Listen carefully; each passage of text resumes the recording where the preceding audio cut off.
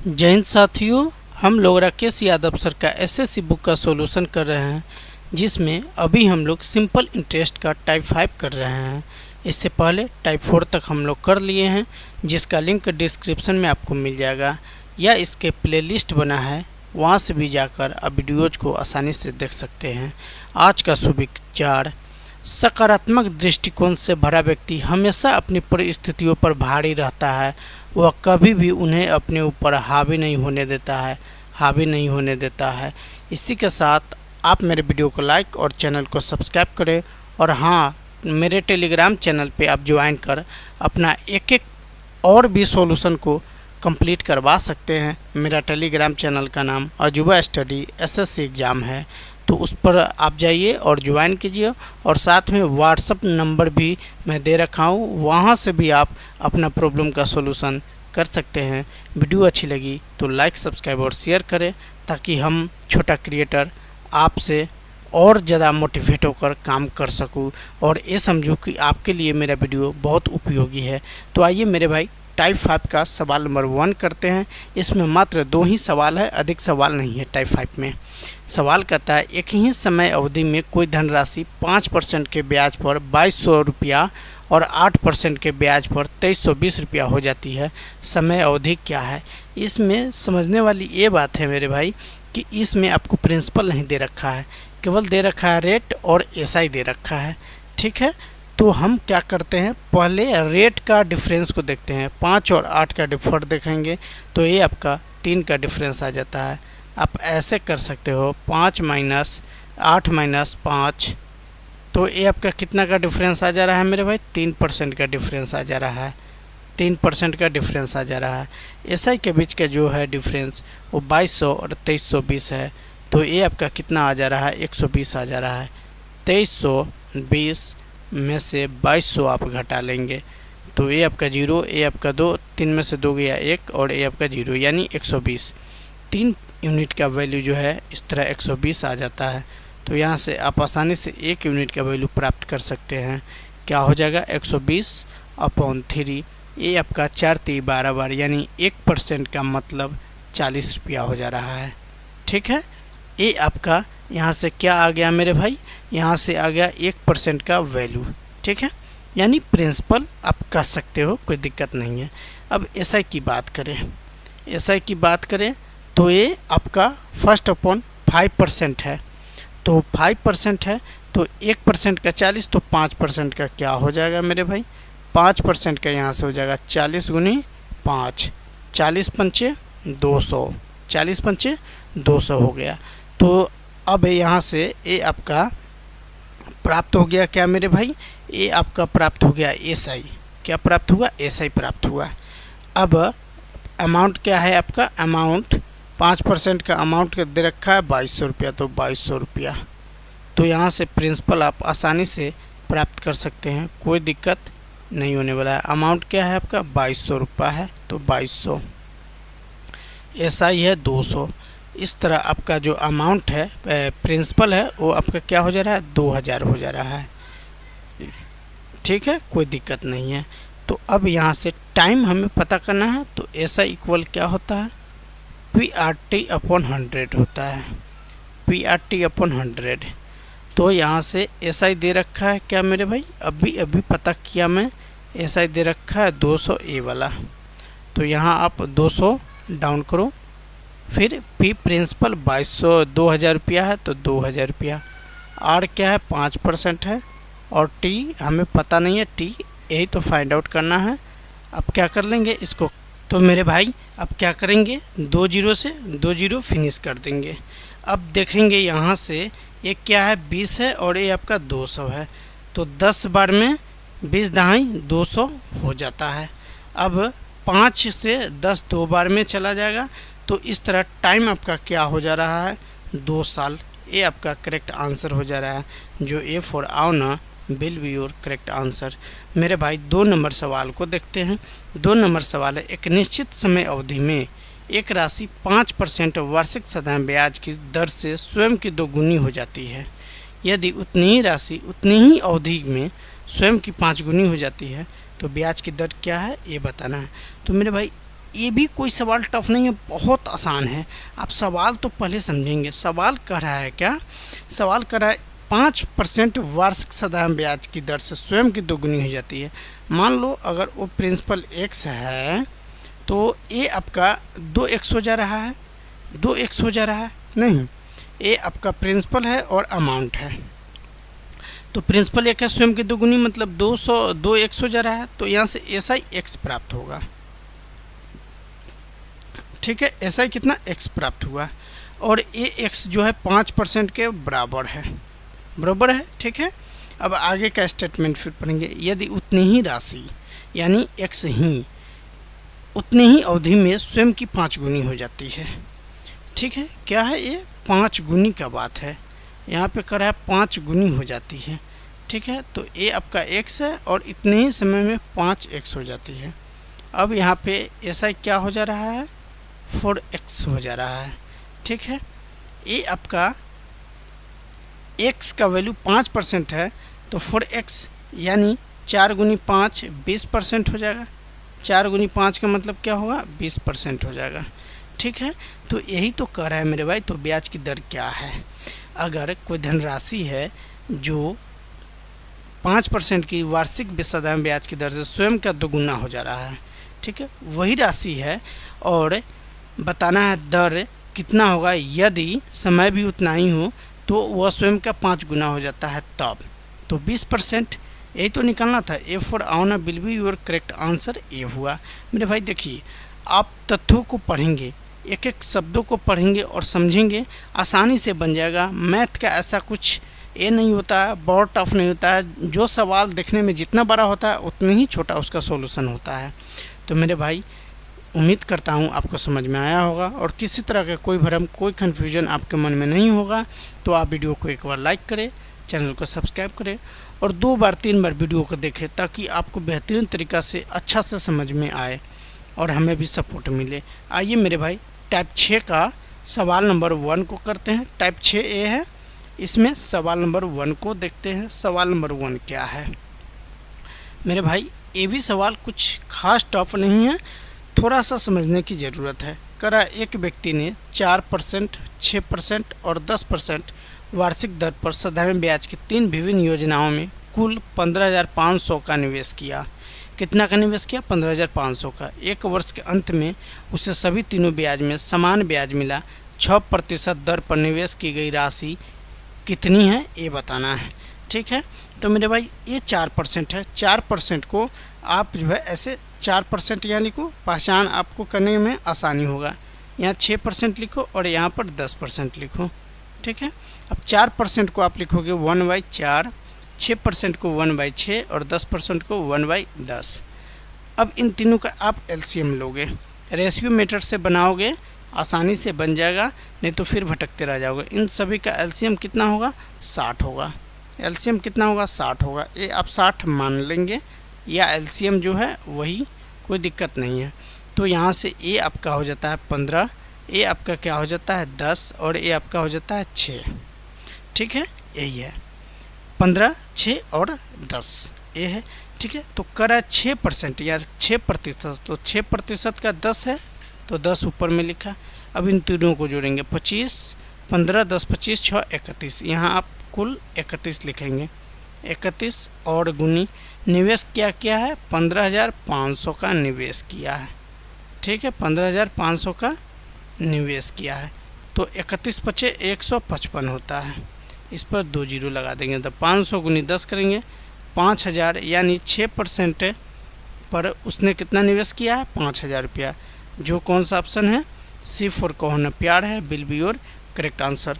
उम्मीद करता हूँ समझ में आया होगा और कोई कन्फ्यूजन, कोई भ्रम आपके मन में नहीं होगा। पहला ये तरीका आप यहाँ से भी आप कर सकते हो, या आप जो है 31 यूनिट का वैल्यू 15,500 31 यूनिट का वैल्यू, तो 1 यूनिट का वैल्यू निकालोगे और वहाँ से फिर 10% कर लोगे, यहाँ से भी आसानी से आ जाएगा। ठीक है, आप ऐसे कर लो, 31 यूनिट का वैल्यू 15,500 तो यहाँ से 1 यूनिट का वैल्यू आ जाएगा, 1 यूनिट का वैल्यू 500 आ जाएगा, देन 10 यूनिट का वैल्यू आप निकाल लेंगे 5000। इजीली आपका आंसर आ जाएगा। भ्रम में नहीं रहना है, आसानी से सॉल्व करना है सवाल को पढ़ेंगे, बार बार पढ़ेंगे, समझेंगे, आसानी से समझ में आएगा। और पेन और पेपर का यूज़ ज़रूर करें वीडियो देखते वक्त। आइए मेरे भाई सवाल नंबर 2 को करते हैं। 2 नंबर सवाल क्या है, 17,500 की राशि 1750 की राशि 2 भागों में इस प्रकार विभाजित की जाती है कि पहले भाग पर 8% की दर से वार्षिक साधारण ब्याज और दूसरे भाग पर 6% की दर से वार्षिक साधारण ब्याज बराबर है, तब प्रत्येक भाग पर ब्याज क्या है ये बताना है। तो मेरे भाई ऐसा नहीं है, ये सवाल काफ़ी टफ नहीं है, बहुत आसान है। आप चाहो तो सवाल पढ़ो और उस हिसाब से भी कर सकते हो। मैं इसमें एक करता हूँ कि 1750 को 2 राशि में बांटा जा रहा है, तो एक को P1 और दूसरे को P2 में ले रहा हूँ। ठीक है, तो P1 पहला राशि है 1750 का ही, जिसमें रेट 8% ले रहा है और टाइम खुद से 1 साल के लिए समझ लो, आप 1-1 साल के लिए ही इन्वेस्ट कर रहे हो, तो 1 साल के लिए इन्वेस्ट किया। ठीक है, ये बराबर है, यहाँ पे बोल दिया है बराबर। इस स्टेटमेंट पर ज़्यादा ध्यान रखेंगे, इस वर्ड पे बराबर। अब दूसरी राशि को P2 ले लो और ये जो है 6% की दर से 1 साल के लिए जा रहा है। यहाँ से भी आप आसानी से कर सकते हो। अब मेरे भाई देखो, यहाँ से 100 से 100 आप आसानी से भाग कर सकते हो। ये आपका 2 से 3 बार में जाएगा और ये 2 से 4 बार में जाएगा। तो यहाँ से P1 का रेशियो और P2 का रेशियो आप आसानी से प्राप्त कर सकते हैं, कोई दिक्कत नहीं है। P1 का रेशियो क्या हो जाएगा, 3 हो जाएगा और P2 का रेशियो क्या हो जाएगा, 4 हो जाएगा। आप ऐसा समझ लो 4P1 = 3P2 ये है।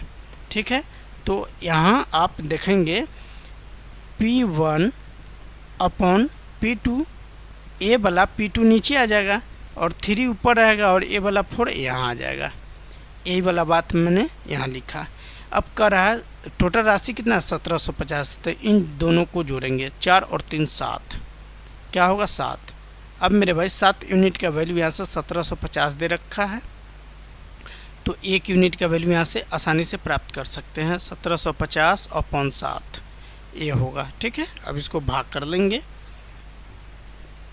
7 दूनी 14, 7 पचे 35, 250। तो अब यहाँ से 3 यूनिट का वैल्यू 750, 25 × 75 और 4 यूनिट का वैल्यू 25 × 100, 1000 हो जाएगा। ठीक है, अब समझ गया, ये 1750 यहाँ से हो जाएगा।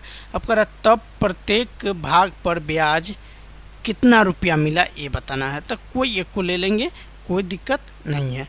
अब ऐसा कितना मिलेगा, कोई एक पार्ट को ले लेंगे, कोई दिक्कत नहीं, या दोनों को भी करेंगे, 60 ही आपका आंसर होगा। चलिए करते हैं, ऐसा इक्वल क्या है। अब हमारा मूलधन क्या हो गया, 750। मैं 750 ही लेकर आपको दिखा रहा हूँ। तो 750 किस पे मिल रहा है, 750 किस पे मिल रहा है, 8% पे मिल रहा है। ठीक है, ये आपका यहाँ से आया है, ये वाला P1 वाला ये है, मैं इसको लिया हूँ 1 साल के लिए अपॉन 100 ए। 1 0 से 1 0 फिनिश। 2 से 1 कितनी बार में जाएगा, 4 बार में। 2 से कितनी बार में जाएगा, 5 बार में। और 5 से 75 15 बार में। 15 चौका 60, 60 रुपया आ गया। आप चाहो तो दूसरा वाला भी ले सकते हो, कोई दिक्कत नहीं है। दूसरा वाला अमाउंट कितना आया, प्रिंसिपल 1000 आया।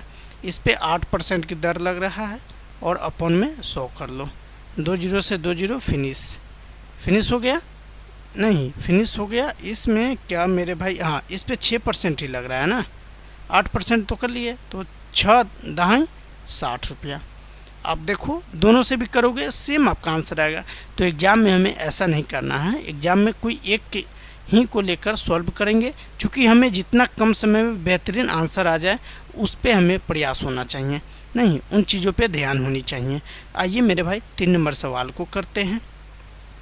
26,100 की राशि राम और श्याम के बीच, 26,100 की राशि राम और श्याम के बीच इस तरह विभाजित की जानी है कि राम को 3 वर्षों में वही ब्याज प्राप्त होता है जो श्याम को 6 वर्षों में प्राप्त होता है।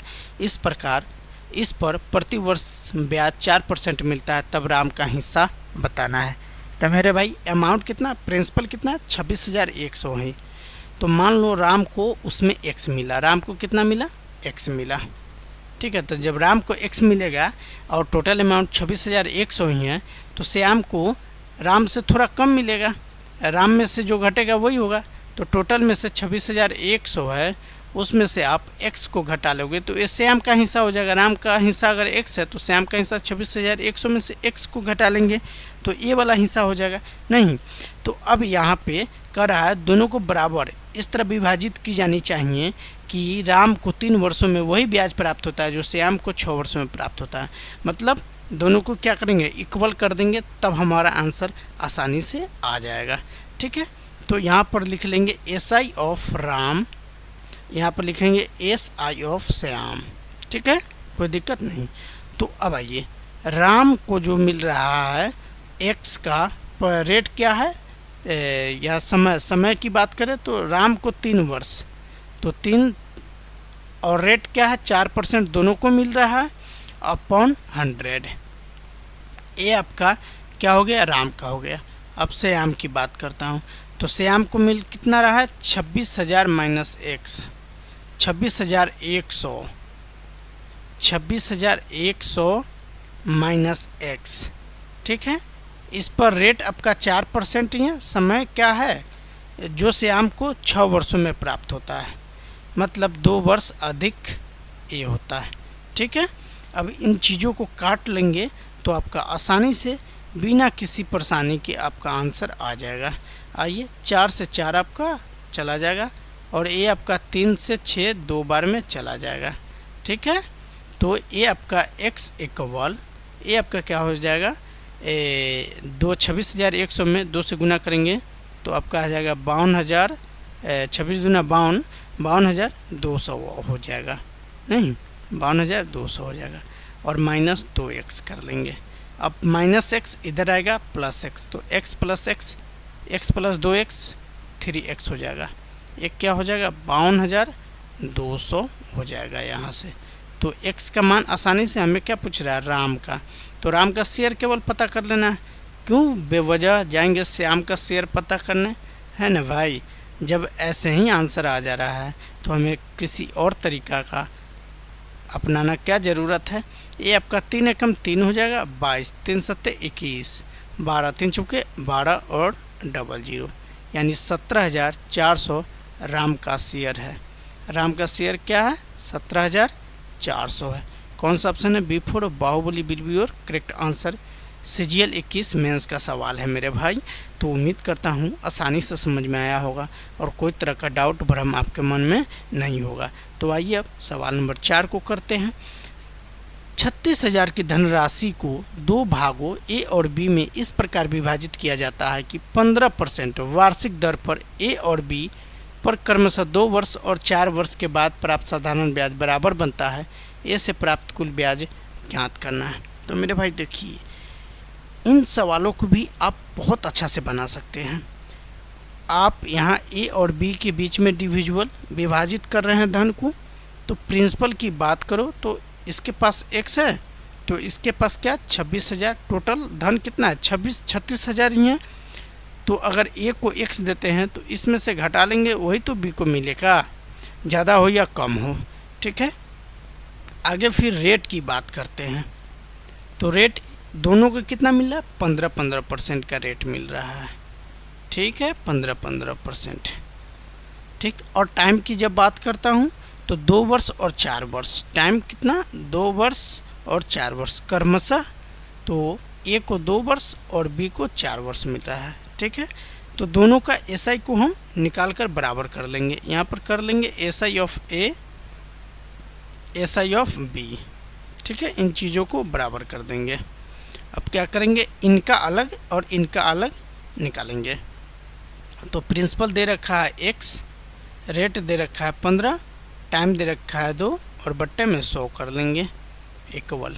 इसमें प्रिंसिपल क्या है 36,000 minus x, 36,000 minus x, rate 15 और समय है आपका 4 अपॉन 100।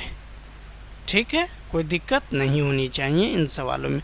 मैं बहुत धीरे धीरे सवालों को करता हूँ, इसलिए आपको समझने में दिक्कत नहीं होगा। 15 से 15 चला जाएगा, इस 2 से 4 2 बार में चला जाएगा, मतलब x इक्वल क्या हो जाएगा, 36 दूनी 72,000, 72,000 माइनस 2x, तो माइनस 2x इधर आएगा, plus 2x, x plus 2x 3x equal 72,000 हो जाएगा।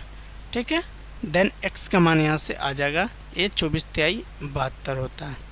मतलब a को कितना मिला, तो a को a से प्राप्त कुल ब्याज, a ने कितना ब्याज दिया, सवाल में ये करा है, तो कितना दिया 24, यहाँ x का मान कितना 24,000, हाँ 72,000 का ये होगा कितना 24,000, तो इससे कुल ब्याज कितना मिला, इसमें कुछ अटपटा है क्या मेरे भाई, 7200 नहीं, हाँ 72 क्या होगा 24,000, ये आया क्या, ये आ गया प्रिंसिपल। हाँ तो अब क्या कर लूँगा, यहाँ से SI प्राप्त कर लूँगा, यहाँ से SI प्राप्त कर लूँगा। SI इक्वल क्या होता है, प्रिंसिपल PRT, PR क्या है 15%, T क्या है 2, और बट्टे में क्या कर लूँगा 100 कर लूँगा। अब यहाँ से आसानी से आपका SI आ जाएगा, 2 जीरो से 2 जीरो ख़त्म। ठीक है, अब देन गुना करता हूँ तो 30, 240 गुनी 240 गुनी 30, 24 तिहाई 72 पे कितना जीरो हो जाएगा 2 जीरो, 7200 जो A4 आओ ना will be your correct answer ए वाला होगा। मेरे भाई उम्मीद करता हूँ समझ में आया होगा और किसी तरह का कोई डाउट कोई भ्रम आपके मन में नहीं होगा। मैं सवालों को बहुत धीरे धीरे करता हूँ ताकि आपको अच्छा से समझ में आए। आइए इस टाइप का आखिरी नंबर सवाल को करते हैं। 6 नंबर सवाल तो और बहुत इजी है, इसलिए इन सवाल को आखिरी नंबर सवाल बोल रहे हैं। एक व्यक्ति ने कुल 57,500 को 4.58% वार्षिक दर से साधारण ब्याज पर निवेश किया। वर्ष के अंत में उसे तीनों मामले में समान ब्याज प्राप्त हुआ। 5% पर निवेश राशि क्या है ये हमें बताना है। तो मेरे भाई जैसा 1 नंबर सवाल बना है जस्ट लाइक उसी तरह का सवाल 5 नंबर है। ये आपका 4% है, ये आपका 5% है और ये आपका 8% है ना। तो इनको देखिए रेशियो मेथड से बनाएंगे अच्छा से और तुरंत बनेगा। आप अदर मेथड यूज करेंगे बहुत समय लगेगा और एग्ज़ाम में एक ही मकसद होता है कम समय में बेहतरीन काम। तो इन सभी का एलसीएम कितना होगा, इन सभी का एलसीएम होगा मेरे भाई 40 होगा। एलसीएम कितना होगा 40 होगा। देन ये आपका 10 हो जाएगा, ये आपका 8 हो जाएगा और ये आपका 5 हो जाएगा।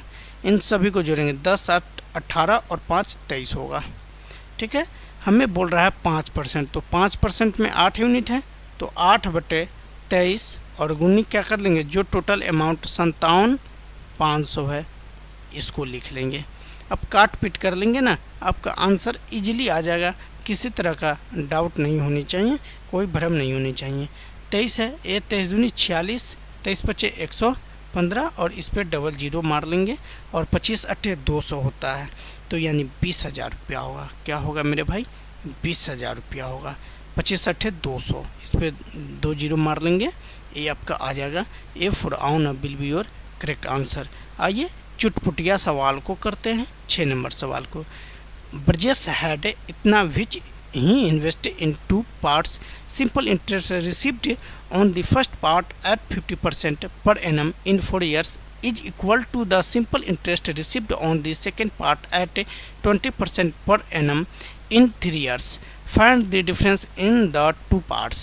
ठीक है, मतलब ये कह रहा है कि 8600 रुपया था, इनको 2 भाग में निवेश किया।